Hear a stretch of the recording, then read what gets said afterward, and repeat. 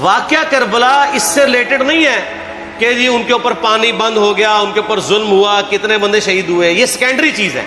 اصل چیز ہے کربلا ہوئی کیوں نبی علیہ السلام کی محنت کو 50 سال کے اندر اس لیول تک پہنچا دیا گیا کہ ہزاروں صحابہ زندہ ہیں اور نبی صلی اللہ علیہ وآلہ وسلم کی پوری اولاد ذبح کر دی جاتی ہے.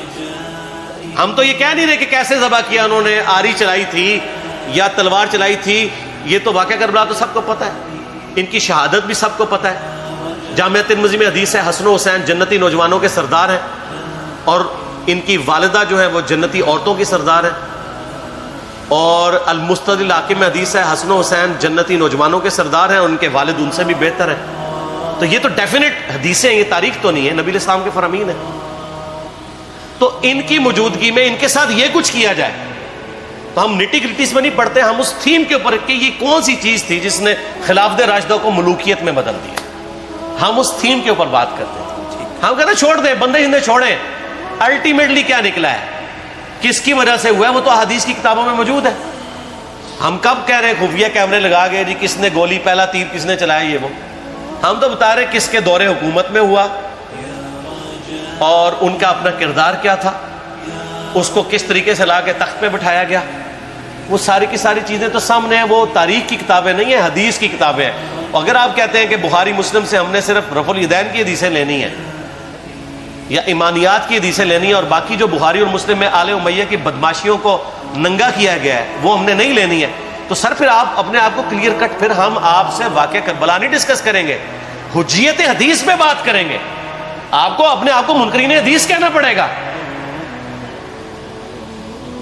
یہ آپ اسکروٹنگ کیسے کریں گے؟ اس سے بڑی بات مجھے یہ بتائیں کہ عظمت صحابہ بڑی چیز ہے یا عظمت محمد رسول اللہ صلی اللہ علیہ وآلہ وسلم؟ تو بریلوی یہی تو رونا رو رہے ہیں، وہ کہہ رہے ہیں جی قرآن میں تھوڑی آیات ہیں. آپ پھر مڑ مڑ کے پڑھتے ہیں قل انما انا بشر مثلکم، اس میں تو نبی علیہ السلام کی تنقیص ہو رہی ہے.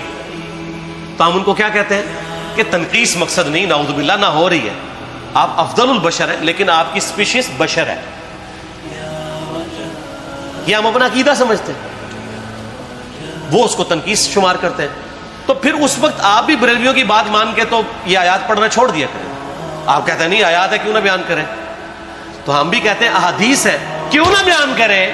کہ صحیح بخاری میں حدیث ہے 2812 عمار کو ایک باغی جماعت قتل کرے گی، وہ جماعت دوزخ کی طرف بلا رہی ہوگی اور عمار ان کو اللہ اور جنت کی طرف بلا رہا ہوگا. اب اس کے نرغے میں جو آتا ہے وہ آئے، میں اپنے نبی سے ٹکر لے لوں آپ لوگوں کے منہ کا خیال رکھتے ہوئے کہ میں نبی علیہ السلام کو کہوں کہ آپ نے کیوں ایسی بات کر دی کہ مولا علی کے مخالفین کو آپ نے دوزخ کی طرف بلانے والی جماعت کہہ دیا. تو لیں آپ ٹکر، جائیں سیدھا دوزخ میں. اور تھوڑی جرت کریں، آپ یہ کہا کریں کہ اے اللہ، اپنے لیے کہا کریں کہ اللہ تعالیٰ آپ کا حشر یزید اور یزید کے آباء و اجداد کے ساتھ کرے اور اس کی اولاد کے ساتھ. ہم کہتے ہیں کہ اللہ تعالیٰ ہمارا حشر جو ہے وہ مولا حسن حسین، مولا علی علیہم السلام اجمعین اور اہل بیت کے ساتھ کرے، آمین. اور آپ میں تو اتنی جرت نہیں آپ یہ بات بھی کر سکیں کیونکہ ان کو پتہ ہے. تو نبی علیہ السلام کی احادیث کو بیان کرنے کو یہ سمجھتے ہیں کہ جی اس سے مصیبت کھڑی ہو جائے گی، تو اپنے آپ کو منکرین حدیث ڈکلیئر کریں. پھر حجیت حدیث کا مقدمہ ڈسکس ہوگا، پھر کربلا نہیں ڈسکس ہوگی. اور یہ ٹی وی پہ بھی آ کے مولوی بیٹھے ہوتے ہیں، سنیوں کے بھی شیعوں کے بھی، مڑ مڑ کے جی وہ یزید نے یہ کر دیا. وہ یزید نے کیا کیا ہے یار؟ وہ تو سسٹم کا نمائندہ بن کے آیا جو پیچھے سے خراب تھا. یزید کو لے کے بیٹھے ہیں، یزید یزید یزید یزید. بھائی پیچھے سے معاملہ خراب ہوا. اگر نہیں یقین آتا تو یہ بخاری مسلم کی میں نے آلموسٹ 200 سے زیادہ حدیث مین اسٹریم کی کتابوں سے اکثر بخاری مسلم جمع کیے، پڑھے. اور سر میں نے تو ان کو چیلنج دیا ہے یہ حدیثیں پڑھ کے نا اپنے ممبروں سے صرف ان حدیثوں کی تشریح اپنی پبلک کے سامنے کر دیں. نہیں کر سکتے تو پھر لعنت کے مستحق تو ہو رہے ہیں حق چھپا کے، اور قیامت دن کے منہ پہ لگام ڈالیے. اور پھر مڑ مڑ کے کہتے ہیں نہیں جی وہ کچھ چیزیں خاص ہوتی ہیں وہ عوام الناس کے سامنے نہیں کرنی چاہیے. وہ صحابہ کرام بھی بعض اوقات ایسی باتیں پبلکلی نہیں کرتے تھے. میں نے اس کے اوپر بڑا ایک میرا کلپ ہے یوٹیوب پہ، مولا علی سے متعلق 5 جھوٹ، تو میں نے کافی ساری چیزیں اس میں ڈسکس کی ہیں. لیکن میں یہ کہتا ہوں کہ اللہ کے بندو، جو چیزیں نبی علیہ السلام نے منع کی ہیں بیان کرنے سے وہ تو ہم ڈسکس کر بھی نہیں رہے. میں نے آج تک آپ کو منافقین کے نام بتائے؟ آپ نے حذیفہ ابن یمان کو بتائے تھے نا آپ صلی اللہ علیہ وآلہ وسلم نے؟ صحیح بخاری میں آتا ہے. تو میں نے آپ کو بتائے، آپ رازدار رسول تھے، ختم ہوگی بات. میں نے کبھی ڈسکس کی ہے؟ اگرچہ میں نے صحیح مسلم کی حدیث 7035 نمبر ڈسکس کی ہے کہ نبی علیہ السلام نے فرمایا میرے صحابہ میں 12 منافق ہیں، وہ کبھی بھی جنت میں داخل نہیں ہوں گے یہاں تک کہ سوئی کی ناکے سے اونٹ نہ گزر جائے، اور ان میں سے 8 ایسا ہے جس کی کمر پہ دوبیلا پھوڑا نکلے گا. میں نے آج تک آپ کو بتایا کہ کس کس کی کمر پہ دوبیلا پھوڑا نکلا اور اس کی موت اسی پھوڑے میں ہوئی ہے؟ بتایا؟ تو میں تو وہ چیزیں ڈسکس بھی نہیں کر رہا، میں وہ چیزیں ڈسکس کر رہا ہوں جو نبی علیہ السلام نے علامات النبوہ میں بتائی ہیں. یہ امام بخاری حدیث نبوت کی دلیل کے چیپٹر میں لے کے آئے ہیں، اور امام بہقی نے 3500 احادیث پر مشتمل ایک کتاب لکھی ہے دلائل النبوہ، کہ ہم نبی صلی اللہ علیہ وسلم کو نبی کیوں مانتے ہیں، اس کے اوپر. اور اس میں یہ ساری حدیثیں عمار بن یاسر کے قتل والی لے کے آئے ہیں بتانے کے لیے کہ دیکھیں ہمارے نبی علیہ السلام کی نبوت کی دلیل ہے کہ آپ نے اپنی وفات کے آلموسٹ 30 سال کے بعد ہونے والے واقعے کو پہلے ہی بتا دیا. یہ حدیثیں چھپانے والی نہیں، بیان کرنے والی ہیں، علامات النبوہ کی حدیثیں. آپ کہتے ہیں چھپائیں. اگر کوئی حدیث دنیا میں نہیں چھپائی جا سکتی نا تو علامات النبوہ والی حدیث ہے، کیونکہ وہ تو نبی صلی اللہ علیہ وسلم کی نبوت کو جسٹیفائی کرتی ہے. ورنہ میرا ایک معصومانہ سوال ہے کہ نبی صلی اللہ علیہ وسلم نے یہ باتیں کر کے ان کے زوم میں نعوذ باللہ امت کو مصیبت میں ڈال دیا. آپ نے خود ہی فرمایا کہ یہ ہوگا. کیوں فرمایا آپ نے؟ میں تو بیان کر کے مجرم ہوں. تو جس نے مجھے خبر دی ہے ان کے بارے میں آپ کا کیا خیال ہے؟ یہ مسند احمد کی حدیث یہ میں نے گھر بیٹھ کے بنائی ہے کہ میری بیوی کا کیا حال ہوگا جس پہ خوف کے کتے بھونکیں گے. تو سیدہ عائشہ سے مجھ سے زیادہ نبی علیہ السلام کو محبت تھی، لیکن آپ اللہ کے پیغمبر تھے، آپ نے اپنے گھر کی خبر بھی نہیں چھپائی، بتا دی کہ یہ ہوگا. اور اس سے بڑھ کے آپ صحیح بخاری میں دیکھیں عمار بن یاسر کا خطبہ ہے. میں نے یہ سارا، پریشان نہیں ہونا، یہ ریسرچ پیپر میں سارا کچھ موجود ہے اور کوئی چیز بھی ایسی نہیں جو اس میں سکپ ہو. صحیح بخاری میں خطبہ ہے کہ عمار بن یاسر کو مولا علی نے بھیجا کوفے میں. کوفے والے نیوٹرل ہو گئے تھے کیونکہ بصرہ سے سیدہ عائشہ آ رہی تھی اور وہاں پہ انہوں نے کہا نہ ہم سیدہ عائشہ کا ساتھ دیں گے نہ مولا علی کا دیں گے. تو عمار بن یاسر کو تیار کرنے کے لیے، یعنی وہاں کے جو عوام تھی اس قتال کے لیے مولا علی نے بھیجا. تو سیدنا عمار بن یاسر نے وہاں پہ کوفے کے منبر پہ خطبہ دیا. بخاری کے الفاظ ہیں، اوپر والی سیڑھی پہ عمار بن یاسر نے حسن ابن علی کو بٹھایا، حالانکہ حسن ابن علی سے 4 گنا بڑی عمر تھی عمار بن یاسر کی، 90 پلس ہو چکے ہوئے تھے، 3-4 گنا ان کی عمر تھی، لیکن اہل بیت کا احترام کیا.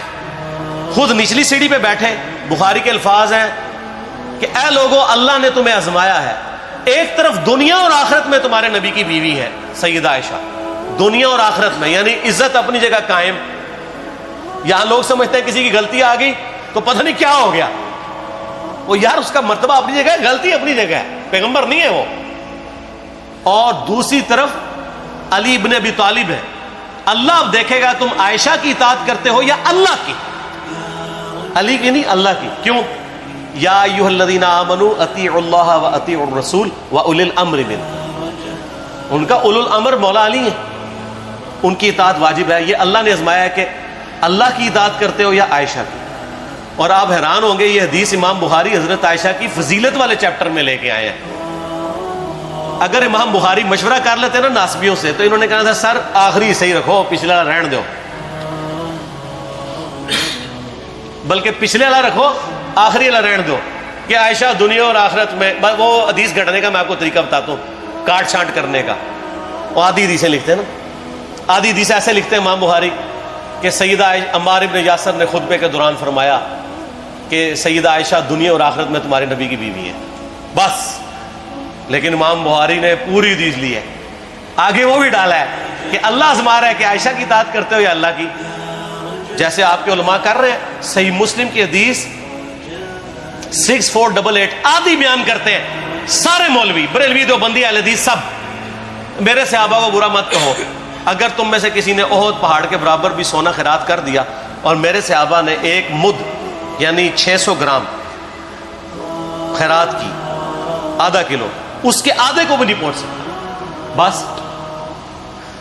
حالانکہ یہ مسلم کی حدیث سٹارٹ اس سے ہوتی ہے کہ عبد الرحمن بن عوف کو خالد بن ولید نے گالیاں دی جھگڑے کے دوران، حالانکہ دونوں مسلمان تھے، دونوں صحابی تھے. آپ نے حضرت خالد بن ولید کو بلا کے ڈانٹا، فرمایا تم میرے صحابہ کو برا مت کہو. تو خالد بن ولید نے تو آگے سے نہیں کہا حضور میں بھی صحابی ہوں. ان کو پتا تھا کہ عبد الرحمن بن عوف نے اس وقت اسلام قبول کیا جب اسلام کا مطلب تھا مار، تکلیف اٹھانا، اور خالد بن ولید نے گولڈن پیریڈ میں صلح حدیبیہ کے بعد اسلام قبول کیا. میں اب تم لوگ یہ کر رہے ہو، تم لوگ اگر احد پہاڑ کے برابر بھی سونا خیرات کر دو، یعنی صلح حدیبیہ کے بعد والے لوگ میرے ان کے برابر نہیں ہو سکتے. اور جو فتح مکہ پہ معافی مانگ کے مسلمان ہوئے ہیں طلقاء، مؤلفۃ القلوب آل امیہ، ان کا تو لیول ہی کچھ نہیں ہے. یہاں تو خالد بن ولید کے بارے میں یہ بات کی جا رہی ہے. اور پھر وہ مؤلفۃ القلوب اپنے زمانے میں ممبروں پہ سب و شتم کروائیں سیدنا علی پر. تو سب سے پہلے تو ان کو کہنا چاہیے جن کے بارے میں حدیث تھی کہ تم صحابہ کو گالی مت دینا. ہم نے تو خیر کبھی دی بھی نہیں ہے. اور میں یہ آخری جملہ ان کو ایسا بولتا ہوں کہ جو ان کے دماغ تک ڈرل کر جائے گا کہ آل امیہ نے جو کچھ اپنے دور کے اندر سیدنا علی کی گستاخیاں کی ہیں نا، ہم نے تو ویسی کوئی ایک گستاخی بھی آل امیہ کے بارے میں نہیں کی ہے. میں نے آج تک آل امیہ کے اوپر بائی نیم کسی کے اوپر لعنت کی ہے؟ حالانکہ یہ مولا علی پہ کرتے رہے. یہ ہے لعنتی خود ہو گئے نا، جب مولا علی پہ لعنت کی تو لوٹ آئی. مسند ابی یعلا میں صحیح سند کے ساتھ حدیث موجود ہے، مسند احمد میں بھی موجود ہے کہ سیدنا علی کو جس نے گالی دی اس نے رسول اللہ کو گالی دی صلی اللہ علیہ وسلم. جب ام سلمہ نے کہا تھا، شیخ زبیر صاحب نے اس کو تحکیم میں صحیح لکھا ہوا ہے فوٹ نوٹ کے اوپر، کہ لوگوں تمہارے ممبروں پر رسول اللہ کو گالیاں دی جاتی ہیں، تو انہوں نے کہا معاذ اللہ، ہم کب کہیں گے، ایسا نہیں ہو سکتا. تو ام سلمہ نے کہا تم لوگ علی اور اس سے محبت کرنے والوں پہ گالی گلوچ نہیں کرتے ہو کیا؟ جبکہ میں نبی کی بیوی کہتی ہوں کہ سب سے زیادہ رسول اللہ سے محبت، سیدنا علی سے محبت نبی صلی اللہ علیہ وآلہ وسلم کرتے تھے. لہٰذا جب یہ تم کہتے ہو نا علی پر لعنت، علی سے محبت کرنے والوں پہ لعنت، تو یہ لعنت تو تم نبی علیہ السلام تک لے کے جا رہے ہو نعوذ باللہ، کیونکہ علی سے محبت کرنے والا پہلے نمبر پہ نبی صلی اللہ علیہ وآلہ وسلم ہے. اور پھر کہتے ہیں سب کا مطلب تنقید ہے. اور نہ، پرانیاں گلاں، پرانے بابے، پرانے بزرگ، جھوٹے ہو. صحیح مسلم کھولو 6229 غدیر خم سے اگلی حدیث، لعن اللہ ابا التراب کے الفاظ ہیں، مٹی والے ابن ابی طالب پر لعنت، یہ الفاظ موجود ہے. سب کا ترجمہ لعنت ہی ہے، تنقید نہیں ہے. اچھا پھر میرا معصومانہ سوال ہے کہ اس کا مطلب ہے صحابہ پہ تنقید کرنا اچھا کام ہے؟ کہیں گے نہیں. تو بتاؤ یہ برا کام کون کرتا تھا؟ شیعہ کا ابا کون ہے؟ رافضیوں کا ابا کون ہے؟ آل امیہ. تو لہذا شیعہ نو میں کہنا کہ